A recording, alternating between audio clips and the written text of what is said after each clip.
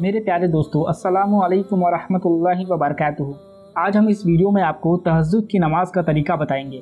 अक्सर लोगों के दिमाग में तहज्जुद को लेकर बहुत सारे सवाल होते हैं, जैसे तहज्जुद की नमाज का तरीका क्या है, तहज्जुद का वक्त कब से शुरू होता है, हम तहज्जुद की नमाज कब और किस वक्त पढ़े, इसमें कितनी रकातें होती हैं, क्या तहज्जुद की नमाज पढ़ने के लिए सोना ज़रूरी है। इस तरह की बहुत सारे सवाल लोगों के मन में होते हैं। आज हम इस वीडियो में इन सभी सवालों के जवाब के साथ तहज्जुद की नमाज के बारे में तफसील से बताएंगे। इसलिए ये वीडियो हर मुसलमान भाई बहन के लिए बहुत ज़्यादा अहम है।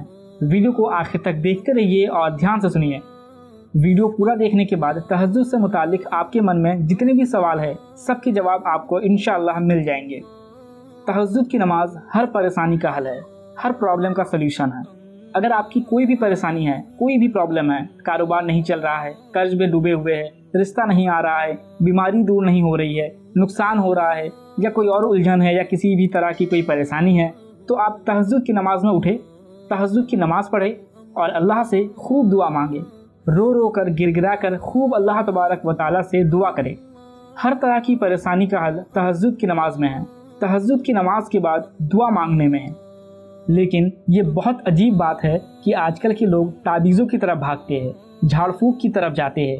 आज इस मौलाना से मिले, कल दूसरे मौलाना से मिले, बस यही सब करते हैं, मगर तहज्जुद में उठते नहीं हैं।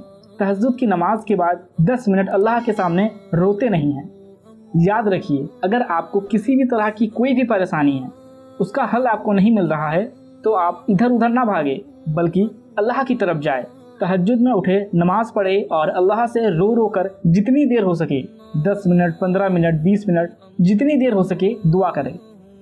जब कोई बंदा तहज्जुद की नमाज पढ़ता है तो अल्लाह तबारक व तआला अपने फरिश्तों से फरमाते हैं कि मेरे बंदे ने बड़ी उम्मीद के साथ तहज्जुद की नमाज पढ़ी और मुझसे मांगा।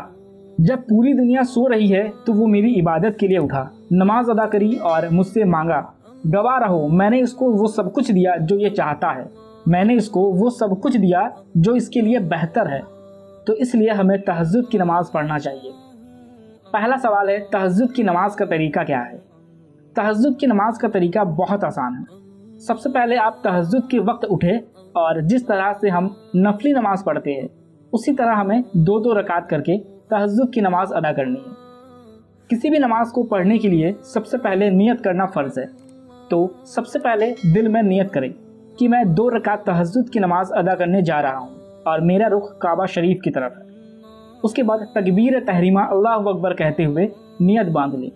अब सबसे पहले सना पढ़े, उसके बाद तअव्वुज़ पढ़े, औज़ु बिल्लाहि मिनश शैतानिर रजीम, बिस्मिल्लाहिर रहमानिर रहीम। इसके बाद सूरह फातिहा पढ़े और कोई एक सूरत मिलाए। बहुत से लोग पूछते हैं कि तहज्जुद में कौन सी सूरत पढ़नी है, तो आपको जो सूरत याद हो वो आप पढ़ सकते हैं। अगर आपको बड़ी सूरत याद है तो आप बड़ी सूरत पढ़े, बड़ी याद नहीं है तो छोटी सूरत पढ़े। आपको जो सूरत याद हो आप वो सूरत यहाँ पर पढ़ सकते हैं, इसमें कोई हर्ज नहीं है। तो यहाँ पर आपको जो भी सूरत याद हो वो आप पढ़े। उसके बाद रुकू करें, रुकू के बाद सजदा करें, 2 मरतबा सजदा करने के बाद दूसरी रकात के लिए सीधे खड़े हो जाए और जिस तरह से 2 रकात नफिल नमाज पढ़ते हैं, उसी तरह मुकम्मल आपको तहज्जुद की नमाज भी 2 रकात पढ़नी है। दूसरा सवाल, तहज्जुद की नमाज कितनी रकात की होती है। तहज्जुद की नमाज 2-2 रकात करके पढ़ी जाती है। आप जितनी रकात चाहे 2-2 रकात करके पढ़ सकते हैं।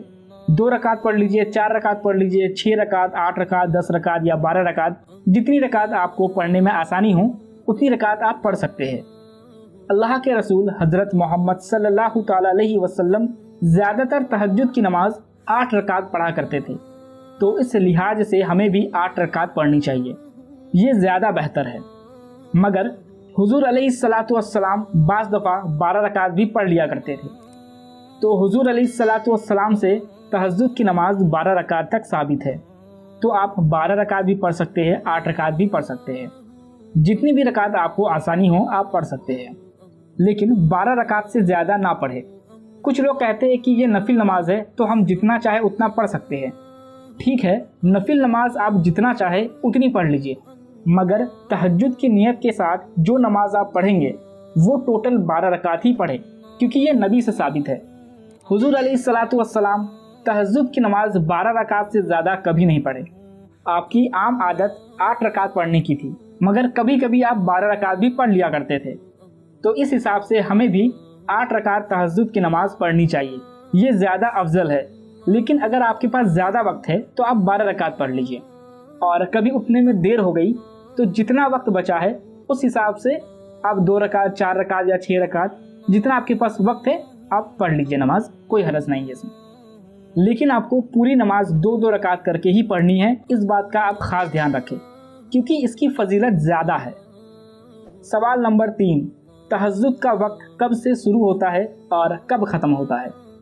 तहज्जुद का वक्त ईशा के बाद से शुरू होता है और फजर तक रहता है, मगर तहज्जुद की नमाज पढ़ने का बेहतरीन वक्त, अफजल वक्त जो है वो रात का आखिरी अशरा है, यानी फजर से पहले का वक्त, सहरी का वक्त। इसे हम एक एग्जाम्पल से समझते हैं।